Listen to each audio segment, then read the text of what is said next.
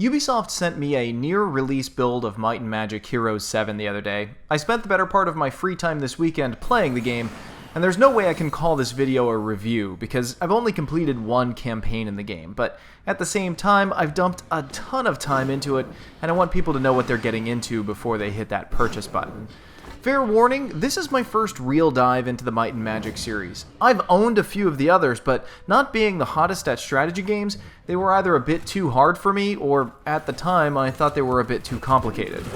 So this weekend I made it my job to really learn Might and Magic. Quite frankly, I'm a little embarrassed at my past self. This series really isn't that tough to pick up.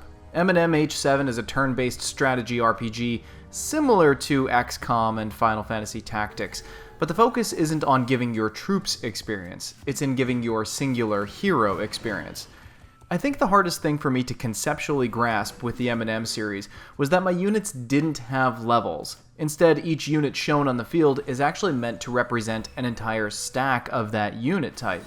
If one of those units dies, it's normally not possible to bring that unit back to life. You just sort of have to deal with that loss until you can refresh the stack with new recruits. And your hero never enters the battlefield. Though he or she does have some combat abilities, it's game over when your army dies, not when your hero takes enough damage. Your army has move points that are spent by scooting around on the open map and picking up loose resource items and treasures.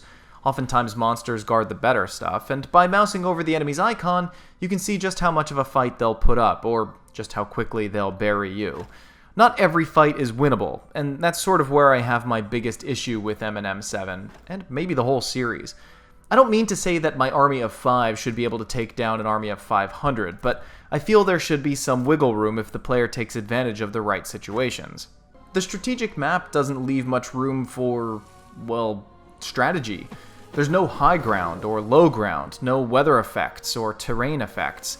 I feel like I can't defeat a slightly larger army than my own with a surprise or a flank attack before the battle begins.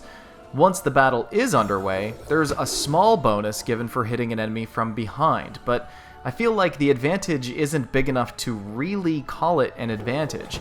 In the end, it seems like the bigger army will always win, and that's unfortunate. Every battle starts the same way. One army on one side, one on the other, flat playing field with maybe a few obstacles in the way. There's some minor strategery players can strategize by delaying a character's turn or by casting some minor spells on the battlefield, but again, I feel like this will only give an edge when two equally sized armies come together. I could be wrong.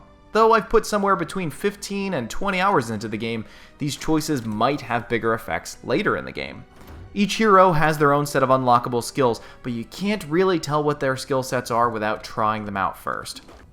Of course, I'm not all negative on the game. It looks great, runs really smoothly. I'm not bombarded with questions for microtransactions. The game is coming with a map editor and some modding tools built in, so big thumbs up for that. It's honestly a relaxing, slow-paced game that I can see myself playing while I unwind and have a movie on in the background. It's also board and sword fantasy, and anything within that vague genre always sings to me.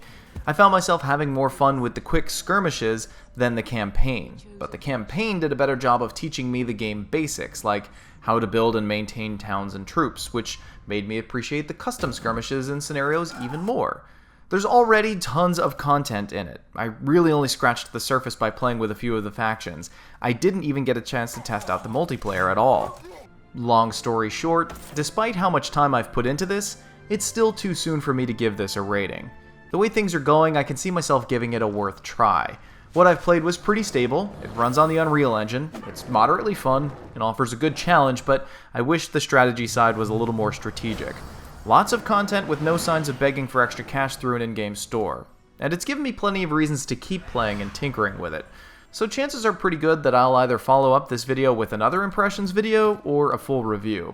I'm not chomping at the bit to play more and more. I'm not instantly hooked like I was with, say, XCOM, but it's certainly not a hot mess from what I've been able to see so far.